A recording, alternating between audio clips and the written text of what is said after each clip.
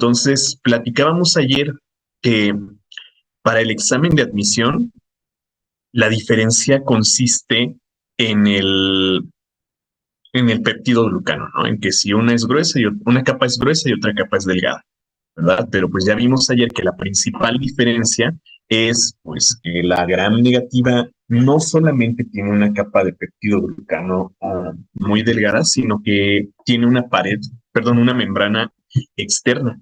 Y eso es lo que le da sus características fisiológicas que la diferencian de la gram positiva. Entonces, la diferencia real entre una gram positiva y una gram negativa es que la gram negativa tiene una pared, perdón, tiene una membrana plasmática externa y y la gram positiva no. ¿Sí? Entonces, esa es la diferencia real, la presencia o la ausencia de una pared celular. ¿Sí? Y bueno, pues sí, la capa de peptidoglucano de que forma parte de la pared celular se ve implicada, pero pues ya platicamos las razones de eso. ¿Sí? Tenemos una capa más delgada de peptidoglucano en la gram negativa porque pues no la necesita. ¿Por qué no la necesita? Porque pues precisamente se encuentra una membrana externa es después del espacio periplásmico. Bueno, entonces pues platicábamos que la pared celular estaba compuesta de un ácido carboxílico y un monosacárido que se polimerizan para formar una mureína, ¿verdad? Por aquí lo teníamos, una mureína, ¿no? Pues todo esto que tenemos aquí es una mureína. Estas mureínas se van a unir unas con otras por medio de un enlace peptídico que se establece entre la alanina que se une a un NAM y el ácido diaminopimélico que se une a otro NAM diferente. Recuerden que NAM es la abreviatura de ácido N-acetilmurámico, ¿sí? Entonces, pues, esos NAM van a ser los sitios de unión para las mureínas. Entonces, una mureína unida con otra mureína forman al peptidoglucano y ese peptidoglucano se iba a polimerizar para formar varias capas que terminaban formando, pues, precisamente la pared celular. Entonces distinguíamos a la pared celular de las gram positivas y las gram negativas por su grosor, pero recuerden que la principal diferencia pues consiste en la presencia de una membrana externa. Eso ya quedó perfectamente claro ayer. Vamos rapidísimo a platicar de la tinción de Gram, porque suelen preguntarles esto en su examen de admisión y pues sí, vienen algunas preguntas importantes, así que necesito que esto quede bien claro. La tinción de Gram, muchachos, es un método óptico que nos va a ayudar a diferenciar dos tipos de bacterias, precisamente, ¿sí? Dos tipos de bacterias que son las Gram positivas y las Gram negativas, que de acuerdo, como dijimos ya, a su morfología, pues van a tener diferentes propiedades de tinción, ¿sí? Entonces, chicos, esta tinción de Gram es un método en realidad estandarizado, ¿sí? Cada laboratorio tiene su propio protocolo, pero consiste básicamente en el mismo fundamento, ¿sí? La fijación de un colorante a alguna estructura específica de la bacteria que va a teñirse, ¿sí? Entonces, pues recuerden que tenemos dos tipos de bacterias, ¿no? La gram positiva, la gram negativa. ¿En qué consiste la diferencia de una y otra? Sí, el grosor de la capa de peptidoglucano, pero sobre todo la presencia de una pared, perdón, de una membrana plasmática externa. Entonces, esa es la principal diferencia entre la gram positiva y la gram negativa. Entonces, pues, tenemos un método estandarizado que va a consistir en varios pasos. A ver, permítame tantito.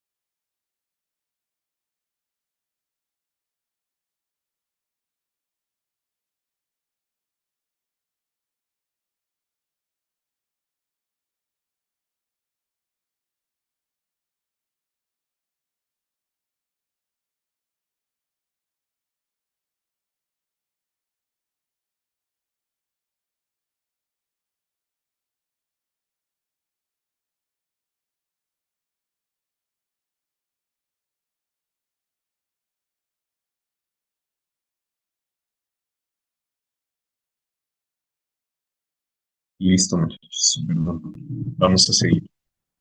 Entonces, les decía que la tinción de Gram es un método que ya está estandarizado y que tiene un protocolo dependiendo de cada institución, pero pues consiste en el mismo fundamento, la composición de la superficie de una bacteria. Con superficie me refiero a la pared celular o a la membrana externa. Entonces, pues, nosotros vamos a preparar la muestra de una bacteria aislada, de una colonia bacteriana aislada en un portaobjetos. Entonces, ahorita se los voy a platicar nada más, ya en su momento lo verán así como de forma práctica, pero se los platico simplemente. Van a colocar una gota de agua destilada en un portaobjetos y en esa gota de agua destilada van a suspender a la colonia aislada del microorganismo que quieren identificar. Entonces, esa es la muestra con la que ustedes van a trabajar. Esa muestra tenemos que fijarla al portaobjetos. Entonces la vamos a fijar con dos técnicas, ya sea con calor o con metanol, ¿sí? Con un alcohol. Entonces podemos utilizar cualquiera de esos dos métodos, calor o un fijador no polar, ¿sí? Que es el metanol. Ya utilizado cualquiera de estos dos métodos, bueno, pues la muestra se supone que está fija. La vamos a dejar secar por un par de minutos y entonces sí la podemos manipular. Ya fija la muestra del portaobjetos, ya que sabemos que no se va a desplazar y que no se va a mover, pues vamos a poner el colorante principal, ¿sí? El colorante principal es el denominado violeta de metilo, pero comúnmente se conoce como, como cristal violeta, ¿sí? Y esta es una pregunta de examen, ¿eh? Cristal violeta. ¿Sí? Este cristal violeta va a penetrar la pared celular o la membrana externa de las bacterias. Y ahí está, como les decía, el fundamento de este método óptico, ¿sí? Que va a atravesar una pared, pero solo una. Y dependerá entonces de la composición de la bacteria. Ahorita lo vamos a ver de manera gráfica, ¿sí? Entonces, pues, nosotros vamos a agregar nuestro colorante principal, que dijimos que consiste en el violeta de metilo o el cristal violeta, ¿sí? Entonces ese cristal violeta, dijimos, va a atravesar la primera capa que corresponda a la superficie de nuestra bacteria. Entonces, el péptido glucano, ¿sí? O la membrana externa, cualquiera de los dos, ¿sí? Va a atravesar la primera capa nada más, ¿de acuerdo? Entonces, ustedes van a poner su portaobjetos, su superficie de tinción, completamente saturado de este colorante, o sea, lo van a llenar por completo y lo van a dejar actuar por 1, 2 o 3 minutos. Repito, cada institución tiene su protocolo, pero es un promedio de 2 a 3 minutos. Hay algunos colorantes de mayor calidad que requieren menos tiempo y hay algunos otros, pues, más austeros que requieren un poquito más de tiempo. Entonces dependerá, como les digo, de cada institución y de los insumos a los que tengan acceso el tiempo de tinción, pero es un promedio de entre 1, 2 o 3 minutos, depende del colorante. Entonces, ¿cuál es el siguiente paso en la tinción de Gram? Una vez que hicimos la primera coloración, vamos a enjuagar el exceso, ¿sí? Simplemente vamos a quitar el exceso de colorante con agua destilada. Bien importante, ¿sí? Que lo hagan con agua destilada, porque si lo hacemos con agua común, agua de la llave, pues esa agua contiene iones, ¿sí? Saben que contiene, perdón, iones disueltos. Entonces esos iones pueden alterar la composición de la pared celular o de la membrana plasmática y pues eliminar el colorante de la muestra. Entonces tiene que ser agua destilada, agua desionizada, ¿sí? Ya que quitamos el exceso de colorante, pues vamos a utilizar una solución de yoduro de potasio, ¿sí? Una solución concentrada. Entonces, este yoduro de potasio va a actuar como un fijador, ¿sí? Va a actuar como un fijador porque el yodo va a formar enlaces con la superficie de la bacteria. Ya saben que con superficie me refiero a la pared celular o a la membrana externa, ¿sí? Entonces, pues para este punto se supone que nuestro colorante ya se fijó a la estructura que se tiene que fijar. Entonces aquí nosotros ya tenemos una capa de colorante, ¿sí? Y acá también tenemos una capa de colorante. Entonces, la solución de yoduro de potasio va a fijar a ese colorante a la estructura que haya a la que se haya unido. Entonces vamos a ver que aquí entre los fosfolípidos y el colorante se va a formar una unión, ¿sí? Se va a formar un enlace. Y acá lo mismo, entre los fosfolípidos y el colorante se va a formar un enlace, ¿sí? Entre estos fosfolípidos y nuestro colorante se va a formar un enlace, lo cual pues va a fijar a ese colorante, esa estructura, ¿de acuerdo? Entonces el yodo es una estructura, perdón, una sustancia fijadora del colorante principal, que es el cristal violeta, ¿sí? Ya que pusimos el yodo, vamos a volver a lavar con otra mezcla, ¿sí? El yodo nosotros lo vamos a lavar con una mezcla de alcohol y acetona, ¿sí? Una mezcla de alcohol y acetona. Aquí estas dos sustancias tienen la característica de ser no polares, ¿sí? Ya saben que un alcohol tiene un grupo funcional OH y que una acetona tiene un grupo carbonilo unido de dos radicales alquilo, ¿sí? Entonces, entre estos, perdón, se van a formar enlaces covalentes no polares, por lo que estos solventes, pues son precisamente no polares, ¿verdad? Entonces, fíjense lo importante aquí, chicos. Ya tenemos ya tenemos fijo el colorante a una estructura de la superficie de la bacteria, ¿sí? Entonces, el solvente no polar lo que va a hacer es, pues, lavar a los componentes no polares de estas bacterias. Entonces, ¿qué va a pasar con el péptido glucano? Se va a ir de la muestra. La mezcla de alcohol y acetona lo van a eliminar. Y bueno, recuerden que el cristal violeta está pegado a los fosfolípidos por medio del yodo, ¿sí? ¿Qué va a pasar en la bacteria gram negativa? Bueno, recuerden que estos son lípidos, ¿sí? Fosfolípidos. ¿Qué característica tienen los fosfolípidos o los lípidos en realidad, en general? Pues que son no polares. Entonces, si yo uso un solvente no polar sobre una estructura no polar, ¿qué va a pasar? Pues se va a lavar, ¿sí? Entonces, la membrana externa también se va a ir. Y como ahí estaba fijado el colorante, pues ¿qué creen? El colorante también se va a eliminar de la muestra, ¿sí? Entonces, hasta este punto, fíjense lo que vamos a tener.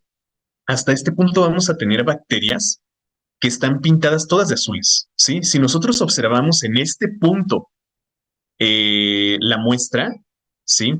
Si nosotros observamos en este punto la muestra, lo único que vamos a ver son estos azules, ¿sí? Estas estructuras azulitas. Las que están acá pintadas de otro color, las veríamos como una masa incolora, como una masa blanca, ¿sí? Entonces, para hacer este método diferencial, nosotros tenemos que agregar un colorante de contraste, ¿sí?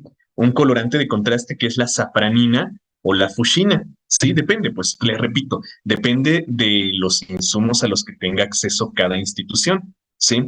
Por ejemplo, en las instituciones de gobierno, pues no hay un presupuesto muy amplio, pues se utiliza safranina comúnmente, ¿verdad? Pero si tienen un laboratorio en el que pues hay mucho presupuesto, pues se pueden utilizar la fuchsina fenicada, ¿no? Pero bueno, la safranina comúnmente, ¿sí? Entonces, ¿qué va a pasar una vez que se retiró el peptidoglucano o la membrana externa? Bueno, aquí va a quedar decolorado y precisamente para eso nosotros vamos a añadir nuestro colorante de contraste para poder teñir las otras estructuras que no se tiñeron, ¿sí? Entonces, ¿qué va a pasar aquí? El colorante de contraste va a empezar a llegar a unirse con la membrana interna, ¿sí? Y aquí ya no va a haber necesidad de poner un fijador, ¿sí? Porque esta safranina pues tiene una afinidad muy grande por las moléculas no polares como los fosfolípidos, ¿sí? Entonces va a haber una unión. ¿Qué va a pasar entonces? Vamos a pintar a esta estructura con la safranina, con el color característico de la safranina, que es este rojo. ¿Qué va a pasar con las gram positivas? Bueno, pues va a llegar el colorante aquí, pero no hay afinidad por el cristal violeta. Entonces, el último paso consiste en hacer, pues, precisamente un último lavado, ¿sí? Un enjuague del colorante de contraste con agua destilada. ¿Qué va a pasar cuando pongamos el agua destilada? Bueno, pues se va a lavar el exceso que tenemos aquí en la gram positiva, ¿sí? Se lavaría este exceso que tenemos en la gram positiva.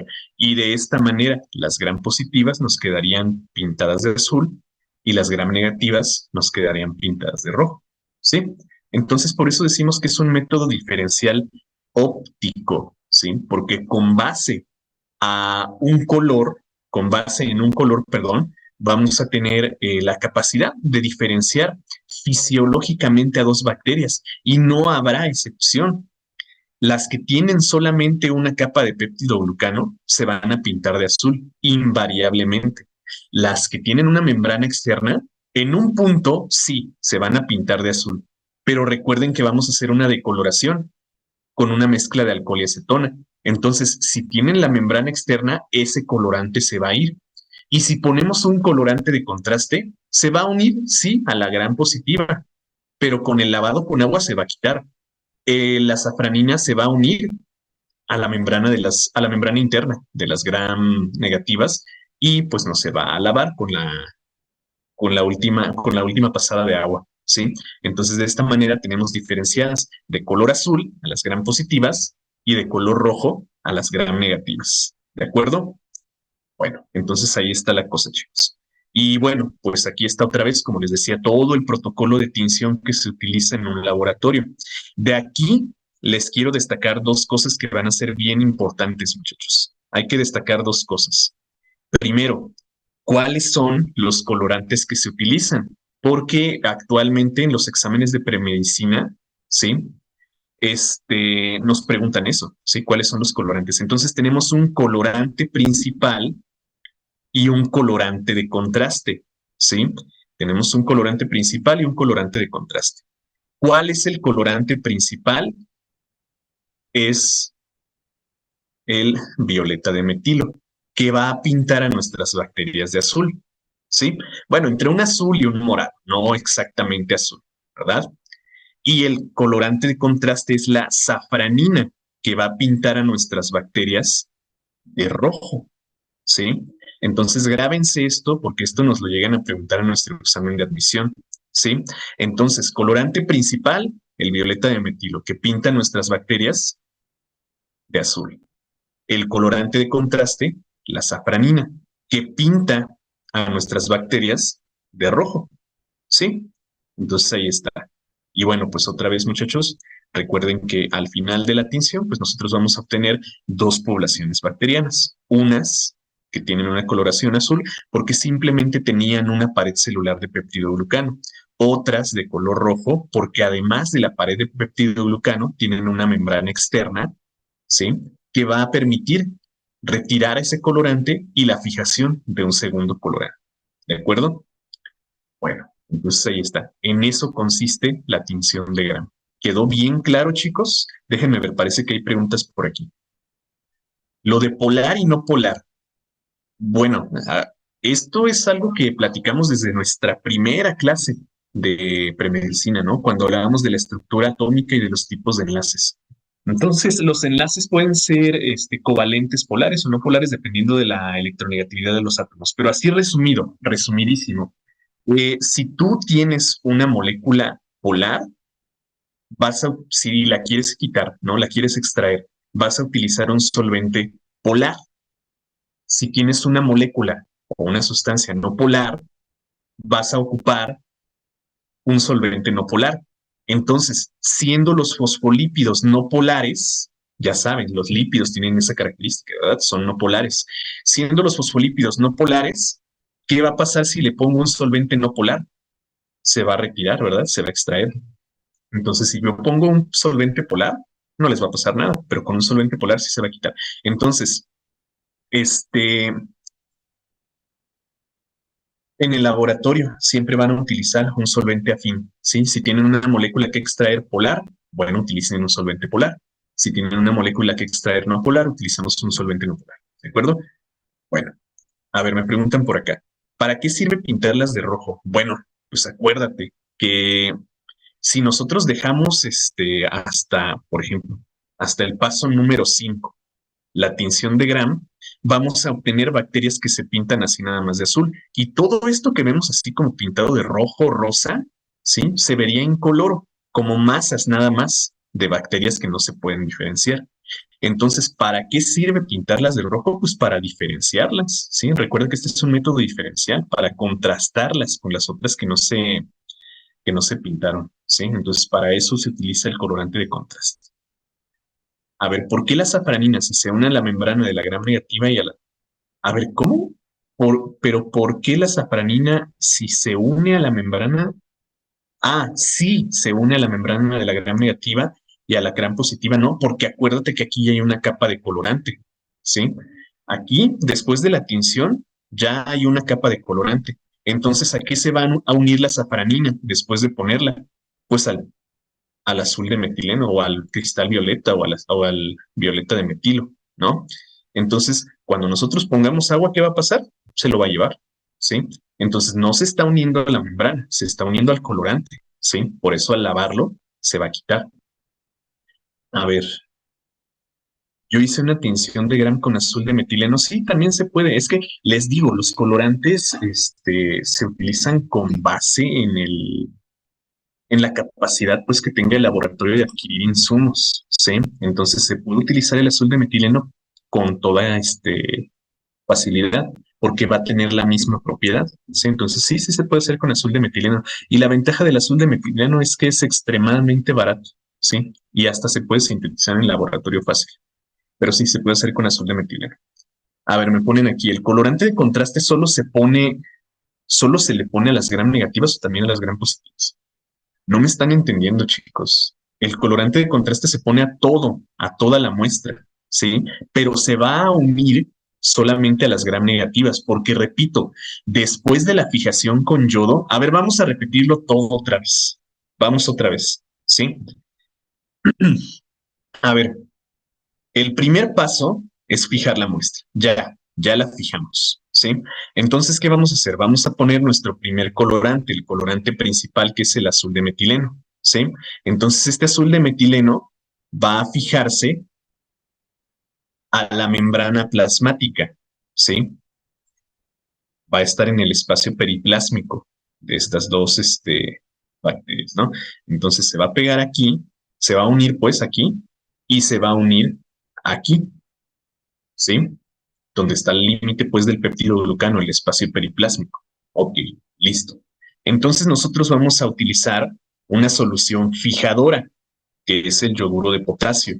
Ese yoduro de potasio va a hacer enlaces entre el colorante y la molécula no polar a la que esté unida, en este caso, las membranas. Entonces aquí una membrana, ¿sí? Aquí una membrana.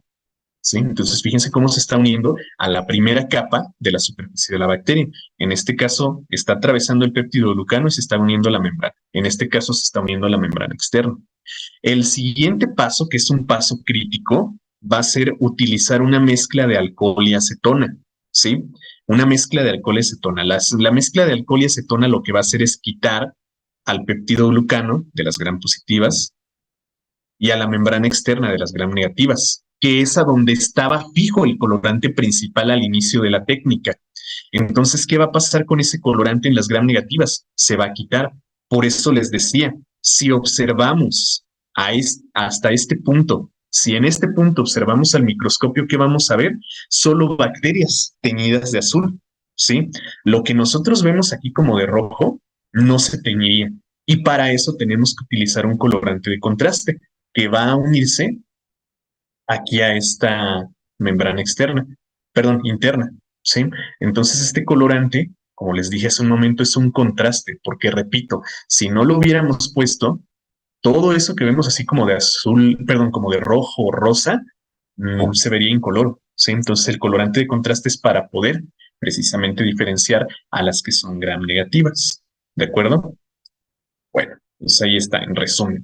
Entonces hacemos un último lavado. Recuerden que si pongo la safranina, se va a pegar también aquí, al colorante, ¿verdad? Pero como no hay afinidad entre la safranina y el cristal violeta, ¿qué va a pasar? Pues simplemente a la hora de lavar con agua, a la hora de enjuagar con agua, se va a quitar, ¿sí? Como aquí sí se pegó a los fosfolípidos, se va a mantener, ¿de acuerdo? Bueno, entonces ahí lo tenemos, chicos. A ver, ¿qué más? ¿Es rojo o rosado? En realidad cualquier tonalidad, ¿sí? Es rojo o rosa. Se describe como un rojo, pero es muy raro que nos quede rojo. Queda más bien como rosa, ¿sí? De hecho, mira, aquí se ve como rosa, ¿sí?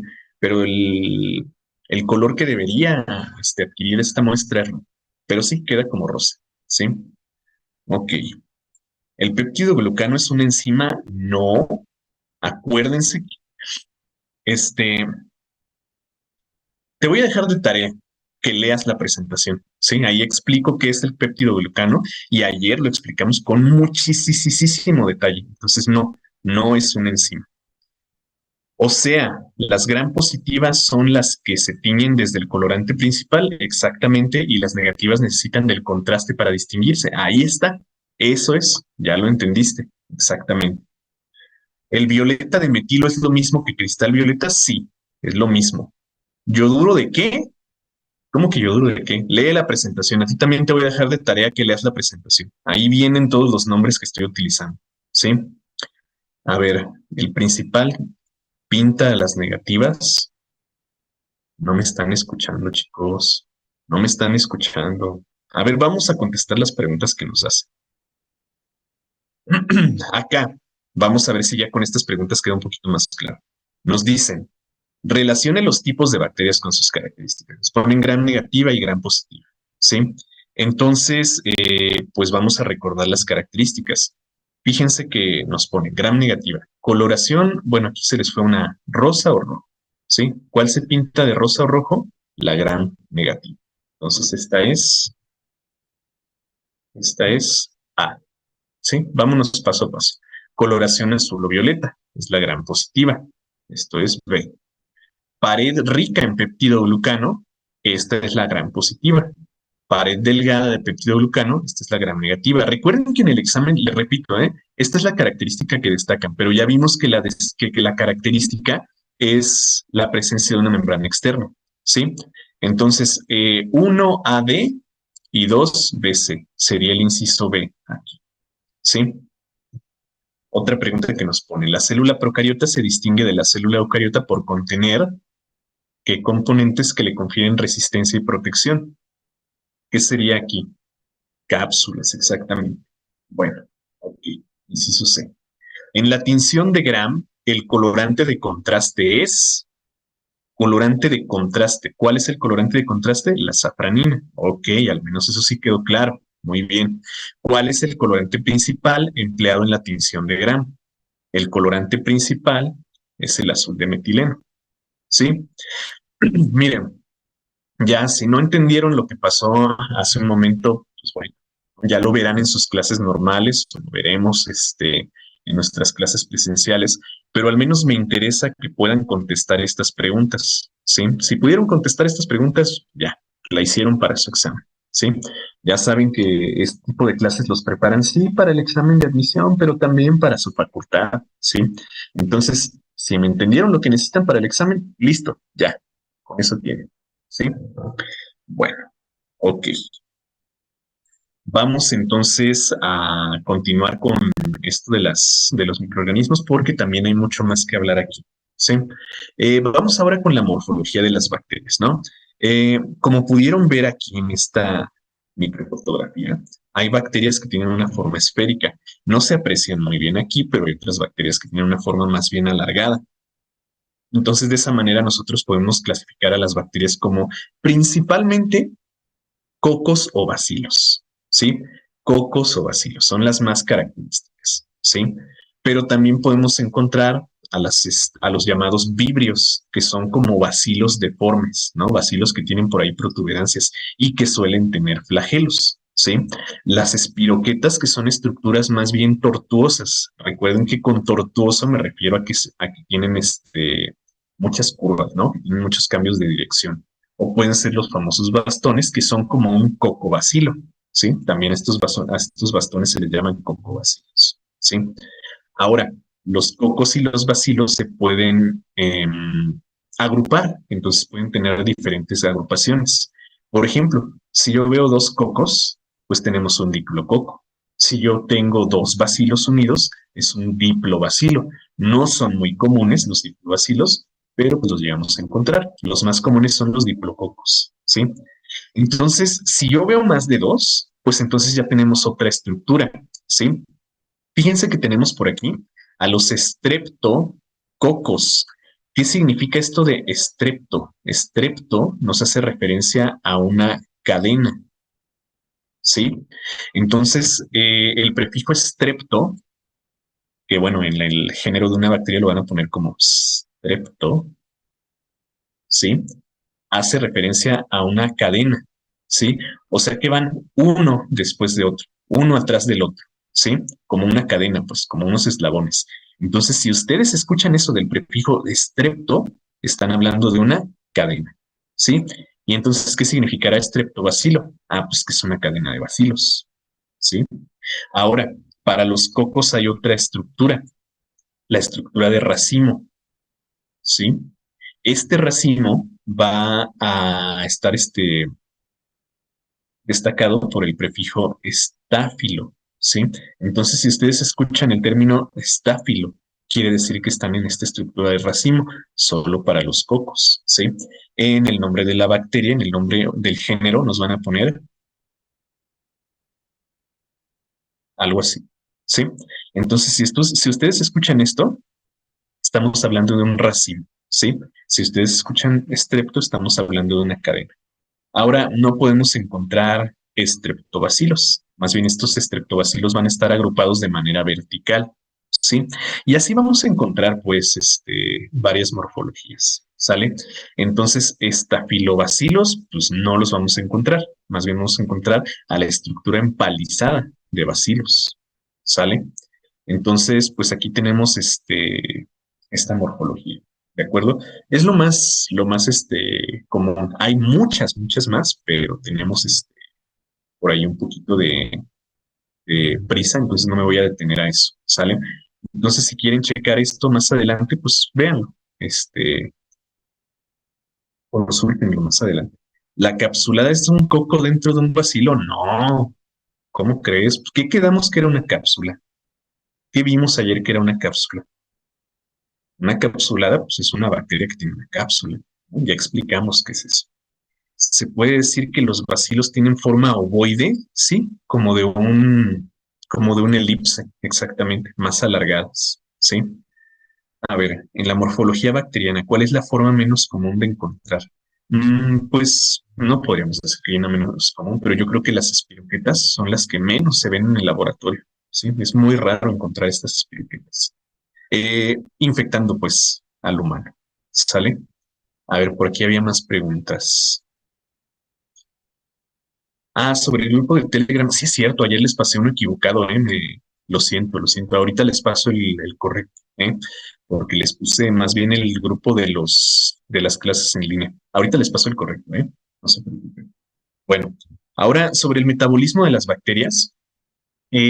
Ya hemos tenido clases de metabolismo y ya sabemos que el metabolismo puede ser aeróbico o anaeróbico, ¿verdad?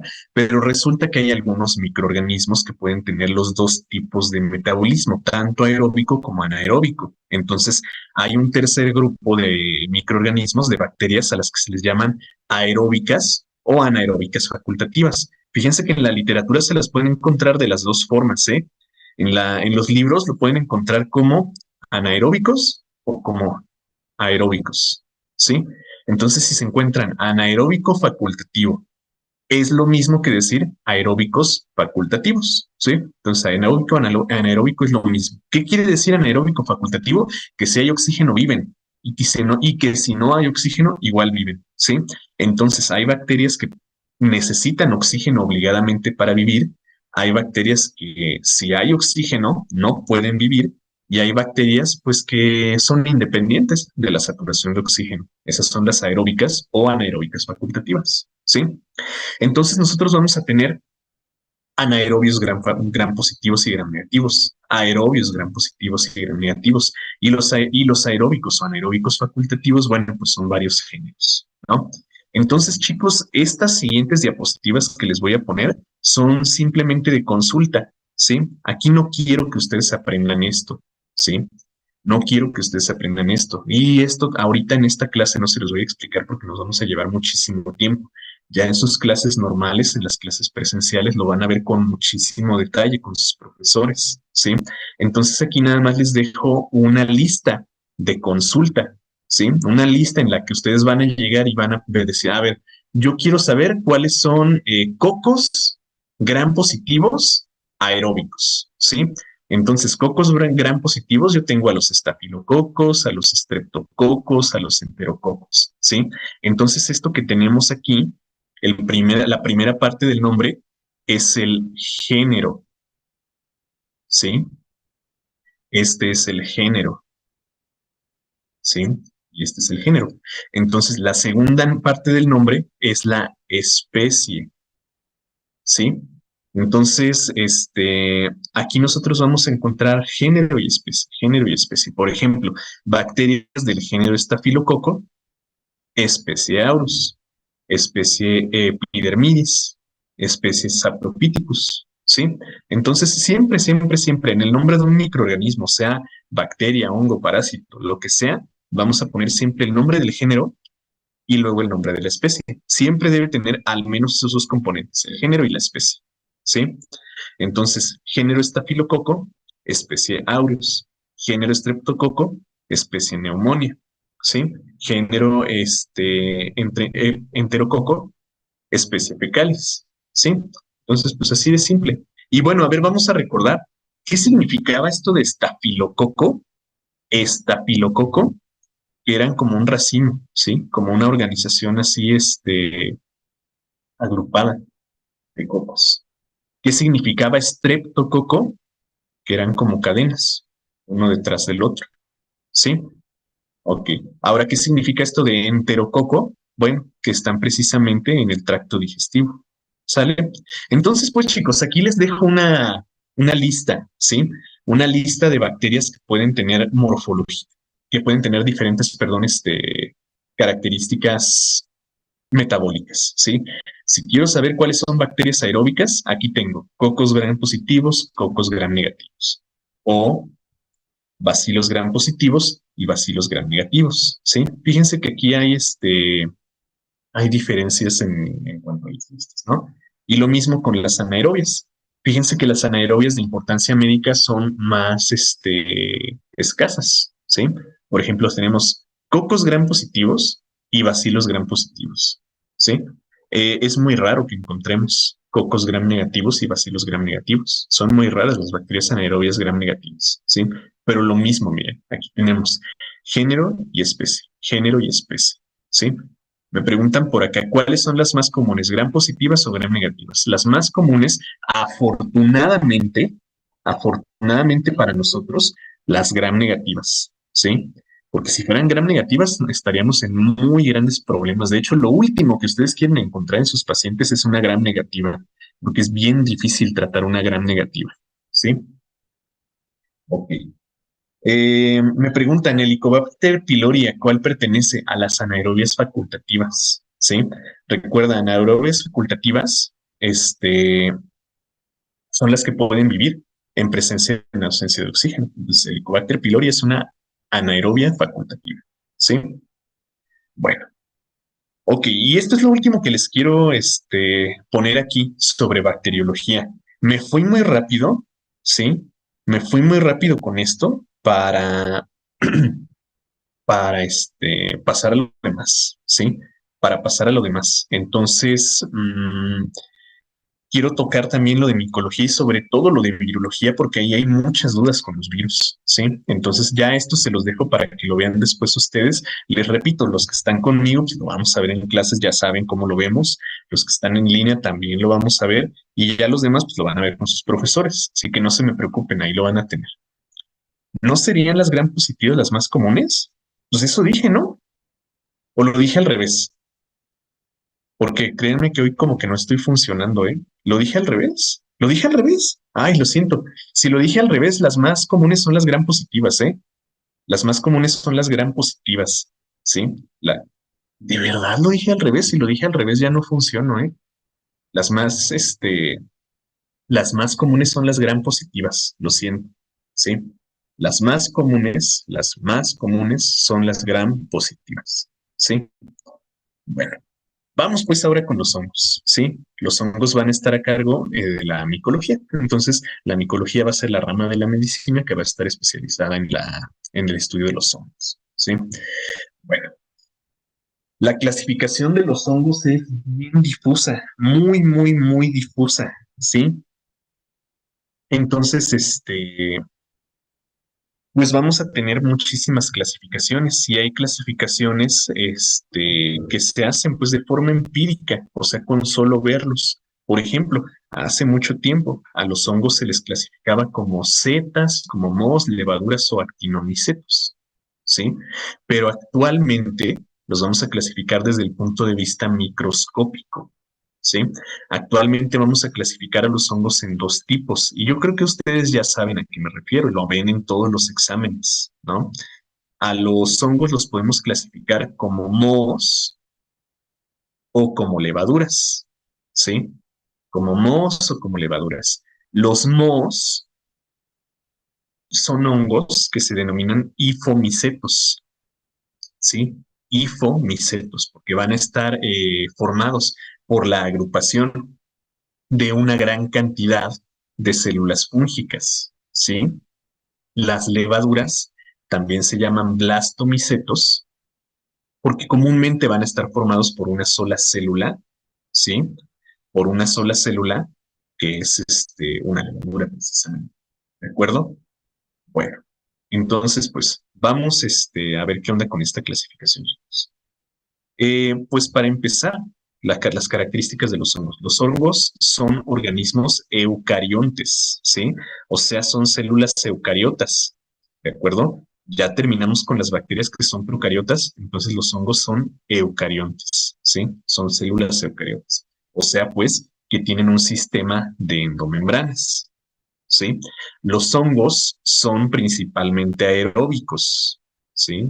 Hay hongos anaeróbicos, sí, pero principalmente van a ser aeróbicos, ¿sí? Son heterótrofos, o sea que no son fotosintéticos, ¿sí? Porque luego me han dicho por ahí, ay, profe, es que los hongos, hacen fotosíntesis. No, son heterótrofos. Los hongos no son fotosintéticos. Y los hongos, pues, no poseen movilidad, ¿sí? No tienen ninguna estructura que les provea de movilidad, ¿sale? Entonces, son eucariontes, son aeróbicos, no son fotosintéticos y no son móviles, ¿sí? Ahora, dijimos, todos los hongos son heterótrofos, ¿sí? O sea, que tienen que alimentarse, perdón, de materia orgánica preformada, ¿sí? Generalmente materia orgánica en descomposición, ¿sí? Vamos a anotar aquí y vamos a aclarar que es materia orgánica en descomposición, ¿sí? Entonces, a estos hongos que se alimentan de materia orgánica descompuesta se les llama saprófitos, ¿sí? Entonces los hongos son los organismos saprófitos, son los transformadores de los ecosistemas, ¿sí? Son los transformadores, son los que convierten la materia orgánica muerta en materia inorgánica para volver a utilizarse, son los saprófitos, ¿sí? Y bueno, es lo que decimos aquí, los principales saprófitos de los ecosistemas. Son eucariontes, entonces tienen su núcleo y tienen sus sistemas de endomembranas, van a tener una membrana plasmática, ¿sí? Así como todas las células eucariotas tienen su membrana plasmática. Y también van a tener una pared celular que está formada por quitina, ¿sí? Grábense esto porque se los ponen también en los exámenes. La pared celular de los hongos, así como en las bacterias estaba formada de peptidoglucano, en los hongos va a estar formado por otro polisacárido que es la quitina, ¿sí? Y como lo decíamos, las gram positivas tienen como determinante antigénico al ácido lipoteicoico, las gram negativas tienen como determinante antigénico a los lipopolisacáridos, los hongos tienen como determinante antigénico a la quitina, ¿sí?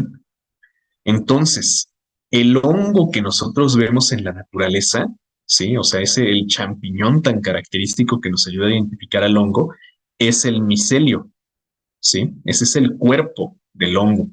Y el micelio es el tejido. Entonces, ¿de qué está hecho un tejido? De células. ¿Cómo se llaman las células fúngicas? Hifas. Entonces, mucho ojo con estos dos términos porque también se me llegan a confundir. Una cosa, una cosa es una hifa, la célula, ¿sí? Entonces, una hifa tiene una morfología bien clásica. Ahorita la vamos a ver. Es una célula como alargada, ¿sí? Entonces, una hifa es la célula. Y el cuerpo del hongo, lo que nosotros vemos en la naturaleza como el champiñón, es el micelio, ¿sí? Entonces, el micelio es el cuerpo fúngico y la hifa es la célula, ¿de acuerdo? Entonces, estos hongos pueden ser unicelulares o pueden ser pluricelulares. Y aquí tenemos esa clasificación de la que hablábamos hace un momento. Los que son unicelulares se llaman levaduras y los que son pluricelulares se llaman mohos, ¿sí? Ahorita vamos a ver cómo son morfológicamente unos y otros, ¿sí? Bueno, ok. Me preguntan por acá, ¿existen hongos procariontes? No, no hay hongos procariontes, ¿sí? Los hongos tienen su propia célula, la célula fúngica, y ese, sí, es lo que acabamos de platicar. Creo que sí, es eso lo que acabamos de decir, ¿no? Ah, descomponedores primarios, ajá. En una planta era la celulosa, hablando del componente de la pared celular, ¿verdad? Sí. En las plantas la pared celular está formada de celulosa. La hifa es la estructura básica, sí, la célula, ¿sí? No se graben las cosas así como las leen, chicos. Recuerden lo que les estaba diciendo ayer. Estas clases no se tratan de memorizar las cosas, de grabarse así como lo ven, se trata de que entiendan lo que les estoy diciendo. Entonces, ¿qué dijimos que es el micelio? El cuerpo fúngico.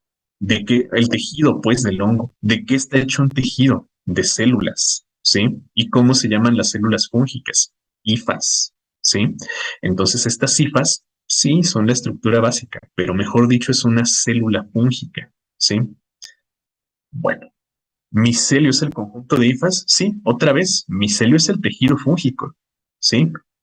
Y ese tejido está formado por células. Las células se llaman hifas. ¿De acuerdo? Bueno, aquí les tengo en texto una descripción de los componentes celulares de una célula fúngica, de un hongo, que son pues básicamente los mismos que de cualquier célula eucariota. Lo único que tenemos que destacar aquí es que además de tener todos esos componentes, un hongo se va a diferenciar porque tiene una pared celular formada por un polisacárido que se llama quitina. Y recordar que así como las gram positivas y las gram negativas tienen un determinante antigénico, los hongos tienen a su determinante antigénico, que es la quitina. ¿De acuerdo? Bueno, vamos pues a continuar. Aquí está el texto, chicos. Vamos a verlo por acá en diagrama. Sí, aquí les estoy poniendo, esta es una diapositiva nada más para explicar otra cosa. ¿Se acuerdan que lo que le daba fluidez a las membranas plasmáticas en las células animales era el colesterol? ¿Sí? En las bacterias era los opanoides, ¿sí? Y a los hongos, lo que le da fluidez a su membrana es el ergosterol, ¿sí? Entonces es otra diferencia que hay en la membrana plasmática. Y fíjense cómo tienen la misma base, ¿sí? El ciclopentano, peridrofenantreno, ¿sale? Pues nada más para que lo tengan por ahí. Y aquí tenemos pues la comparación entre una célula fúngica de un hongo multicelular, pluricelular, y la célula de un hongo unicelular. Recuerden, los multicelulares, los que forman micelios, son las hifas. Las levaduras son células independientes. ¿De acuerdo? Bueno, a ver, la quitina, pensé que era proteína, ¿no? Bueno, es una glucoproteína en realidad. Así, es que acuérdense, así como el péptido glucano es un polisacárido, acuérdense que por ahí también había algunos aminoácidos, en la quitina también, ¿sí? Entonces es en realidad una glucoproteína, ¿de acuerdo? Bueno, a ver, descanso de 5 minutos. Yo creo que sí, chicos. Yo creo que sí. Vamos a tomarnos unos 5 minutillos, y ahorita continuamos con la descripción de las células fúngicas, ¿sale? Tómense unos minutitos y ahorita continuamos.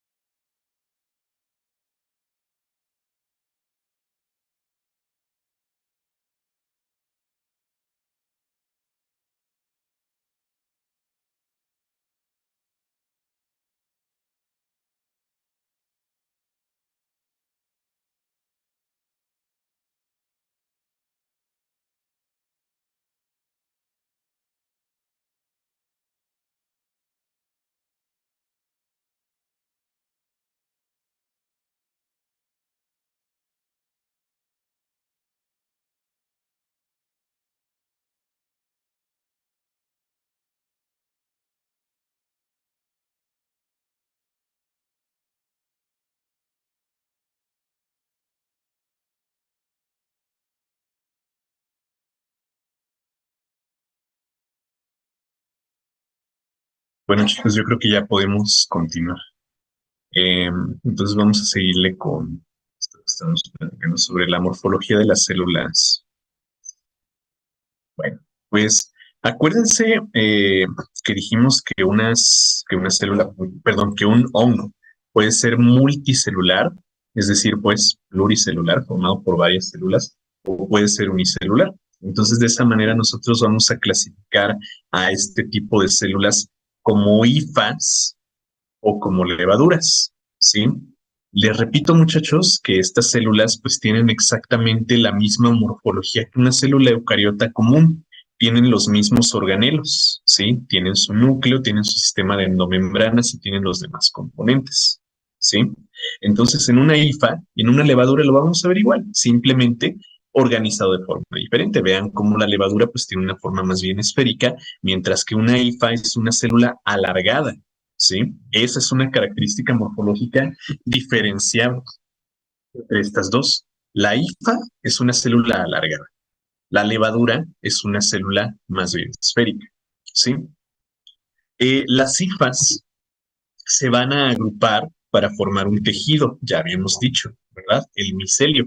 Entonces vean que una hifa será capaz de formar, pues precisamente a eso, ¿no? Al micelio.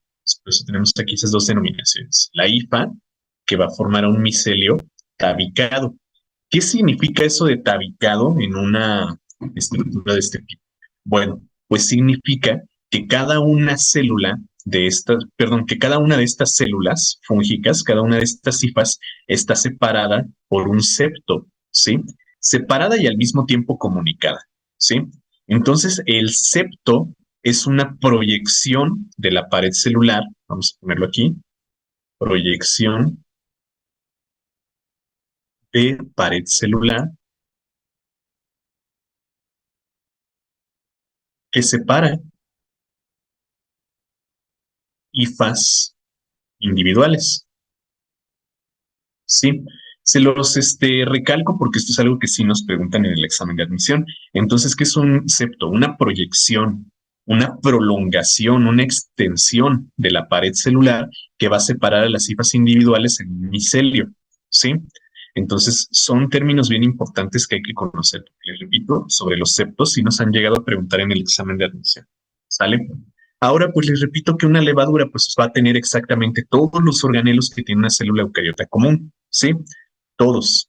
¿Se puede organizar una levadura para formar una estructura multicelular? Sí, sí vamos a ver por ahí que las levaduras se pueden agrupar para formar a las famosas pseudohifas, ¿sí? Entonces las pseudohifas van a ser agrupamiento de varias levaduras. Entonces, una levadura se puede unir a otra levadura y a otra levadura para formar una especie de micelio, que no va a ser pues un micelio verdadero, por eso les digo, se llaman pseudohipas, ¿de acuerdo? Entonces, pues, por aquí nos hacen varias preguntas al respecto. A ver, atentos.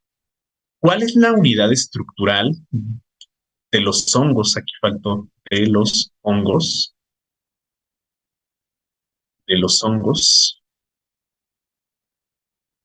está formado por organelos eucariontes y una pared celular de quitina. ¿Cuál es la unidad estructural? Unidad estructural. ¿Cuál dijimos? Las hifas. ¿Sí? Hifas. ¿Cuál es la estructura fúngica que se encarga de separar hifas individuales? Acabamos de platicar que es el septo, ¿verdad? Es el septo. ¿Cuál es la estructura de los hongos que se forma por la unión de múltiples células fúngicas y forma el cuerpo del hongo? Lo platicamos hace un momento. La estructura de los hongos que se forma por la unión de múltiples células y forma el cuerpo. Este es el micelio, ¿sí? Y bueno, pues las preguntas de todos los días, chicos, las que les hacen en todos los exámenes. Una característica morfológica de los hongos es que se presentan, ya dijimos, de dos formas, levaduras o mohos, plastomicetos, blastomicetos o hifomicetos. ¿De acuerdo? Entonces, estas son algunas de las preguntas que nos llegan a hacer, algunas, porque nos hacen muchas más, ¿sí? Muchas más. Entonces son algunas. Si pudieron contestar esto, perfecto. Sí, con esto tengo. Entonces, pues, esto es lo único que me interesa que sepan hasta el momento de los hongos. ¿Sale? Si pudieron contestar estas preguntas, muy bien. Sí.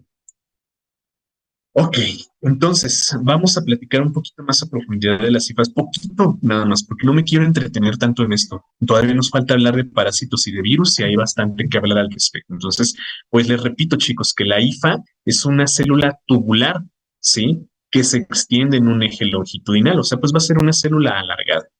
Tiene una pared celular rígida. ¿Formada de qué? De quitina. Y vamos a ver que en esta célula, en esta pared celular, pues va a estar el protoplasma. ¿Qué es eso del protoplasma? Pues el citoplasma del hongo, ¿sí? Entonces, pues recuerden, la pared celular es una de las estructuras más importantes de las células. Está formada por quitina. ¿Qué dijimos que es la quitina? Un polisacárido formado principalmente por, ¿se acuerdan? Del NAC, la N-acetilglucosamina, el componente glucosídico, glucanos, más carbohidratos, mananos y derivados de celuloides. O sea, pues, polisacáridos, ¿sí? Vamos a estar viendo que esta estructura va a estar formada por polisacáridos. Por eso les decía, es una red de polisacáridos y va a ser muy rígida esta célula.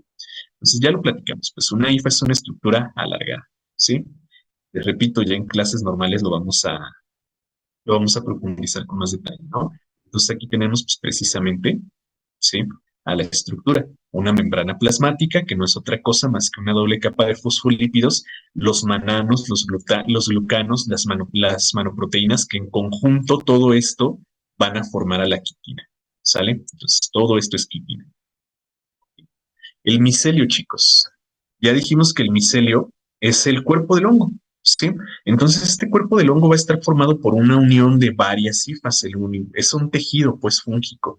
Entonces, un conjunto de células, un conjunto de hifas, se unen para formar al micelio, también denominado talo por ahí, ¿sí? En algunas bibliografías ellos suelen llamar talo. Este micelio puede tener dos estructuras, el micelio vegetativo y el micelio reproductivo, ¿sí? El micelio vegetativo es el que va a estar encargado de las funciones de fijación al sustrato, desarrollo del cuerpo y nutrición de ese hongo, ¿sí? El micelio reproductor o el micelio reproductivo, pues precisamente tiene la función reproductiva, ¿verdad? Entonces aquí es donde se van a formar las cifras. Fíjense entonces, chicos, cómo el cuerpo del hongo, ¿sí? Como el cuerpo del hongo, el champiñón que nosotros vemos en la naturaleza, es pues el conjunto de hifas, un conjunto, un entramado de una gran cantidad de hifas, ¿sí? Y ese micelio, ese conjunto de hifas, va a estar cubierto por un epitelio, ¿sí? Que le va a dar la estructura característica, ¿sí? Entonces, lo que vemos en la naturaleza, chicos, es el micelio, ¿sí? Pero ese micelio está cubierto por un epitelio que le da la característica forma que nosotros reconocemos, ¿sí? Entonces, pues recuerden, todo esto que tenemos aquí abajo, a ver, vamos a resaltarlo de alguna forma. Todo esto que tenemos aquí, todo esto es el micelio vegetativo. ¿De qué se encarga el micelio vegetativo? Del desarrollo del hongo, de la nutrición del hongo, de la fijación del hongo. Y esto que tenemos aquí, ¿sí? Es el micelio reproductivo. Este micelio reproductivo, como lo dice su nombre, va a estar encargado de la división del hongo y aquí es donde se van a producir las esporas, ¿sí? Fíjense, estructuras productoras de esporas, las células reproductivas de los hongos, las células implicadas en la reproducción. Entonces, morfológicamente en un hongo nosotros podemos destacar tres estructuras, ¿sí? Podemos destacar el sombrero del hongo, ¿sí? Este sombrero es al que le llaman píleo, ¿sí? Vamos a destacar el tallo del hongo, al que se le llama estipe o espítipe o estípite también le llaman, o simplemente pie, ¿sí? Y vamos a destacar, pues precisamente el micelio, que quedamos que es el micelio, el conjunto de hifas. Y estas hifas, pues ya saben que se extienden por todo el cuerpo del hongo. Recuerden que aquí lo que vemos en la superficie es el epitelio, ¿sí? Entonces aquí están distribuidas todas esas hifas, ¿sí? Que le están dando estructura a este micelio. Este micelio, pues posteriormente se va a cubrir por un epitelio y ese epitelio le va a dar la característica clásica que nosotros observamos en la naturaleza. ¿De acuerdo? Entonces, pues, ese es el micelio. Entonces, ¿de qué estamos hablando aquí? De un hifomiceto, ¿sí? Al que le llamamos, pues, un moho. ¿De acuerdo? Bueno, a ver, me dicen por acá, si cortas el hongo y dejas el micelio vegetativo, ¿puede volver a aparecer el micelio reproductor otra vez? Sí, sí, porque recuerden que no es una estructura única, ¿sí? Es un conjunto de células que se están reproduciendo constantemente. Entonces, si yo corto este pedazo, ¿sí? Va a volver a crecer, se va a volver a desarrollar, porque recuerden que este micelio vegetativo tiene la función del desarrollo del hongo. Entonces, sí, si yo fragmento este pedazo, va a volver a desarrollarse sin ningún problema. ¿De acuerdo? Bueno, ahora, sobre la clasificación no voy a profundizar porque si no aquí necesitaríamos unas 10 o 20 clases, ¿sí?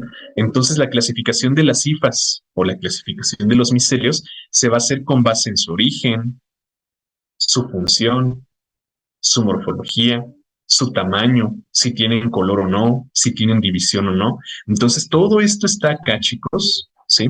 Toda esta clasificación está por aquí, pero no la vamos a tomar ahorita en cuenta porque, como les digo, nos vamos a tomar muchísimo tiempo y ya nos queda muy poco para ver lo que nos falta. Entonces ya esto, repito, lo vamos a dejar para nuestras clases normales, lo van a ver con sus profesores o lo van a ver de alguna manera, pues, ¿sí? Entonces la clasificación de las cifras o los micelios lo van a ver más adelante en su momento. ¿Sale? Y bueno, por aquí tenemos otra pregunta. La estructura microscópica de los hongos, que está rodeada por una pared celular gruesa constituida por quitina y que puede permanecer inactiva hasta que recibe los estímulos ambientales necesarios para desarrollarse, es responsable de la reproducción. ¿Qué estructura dijimos que era responsable de la reproducción? A ver, los leo.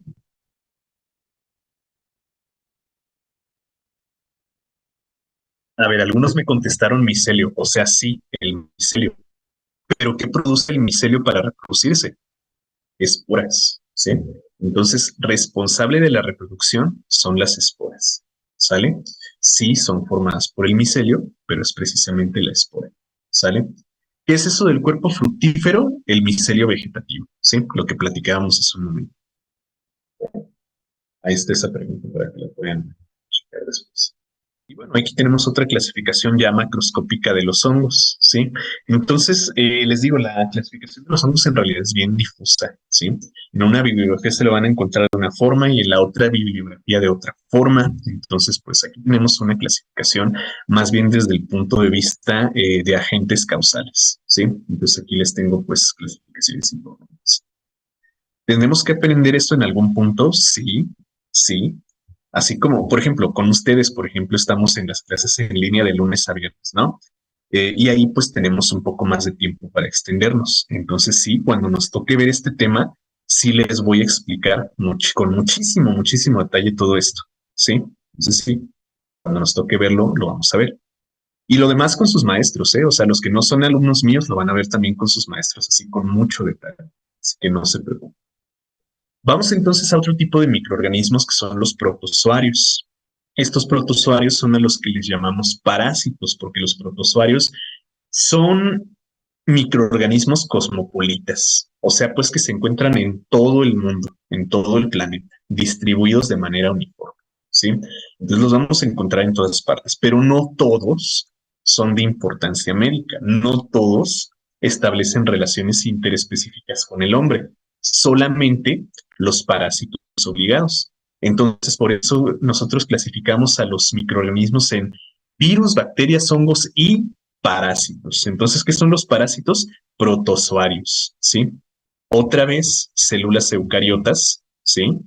Células eucariotas que van a tener características propias de ellos mismos, ¿sí? Entonces, pues aquí también tenemos una clasificación bien amplia, súper, súper amplia, de la cual vamos a platicar, y les repito, en clases normales.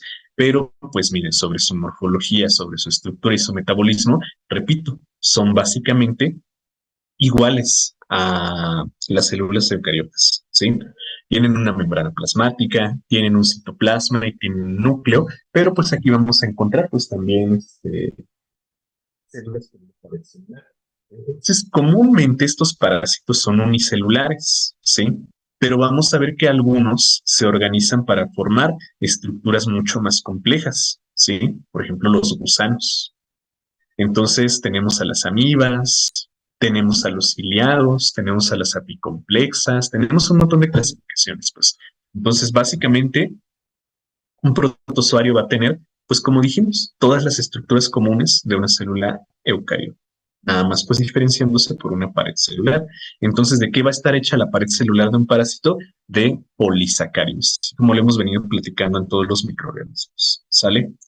Bueno, a ver entonces, la mayoría de los parásitos van a tener dos estructuras, dos formas, ¿sí?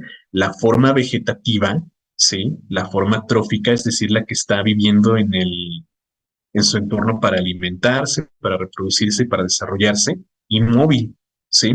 Esta es la forma que va a infectar o en la que vamos a adquirir, pues, al protozoario, y este es el denominado trofozoito, ¿sí? Entonces, un trofozoito es el que nosotros vamos a encontrar en la naturaleza.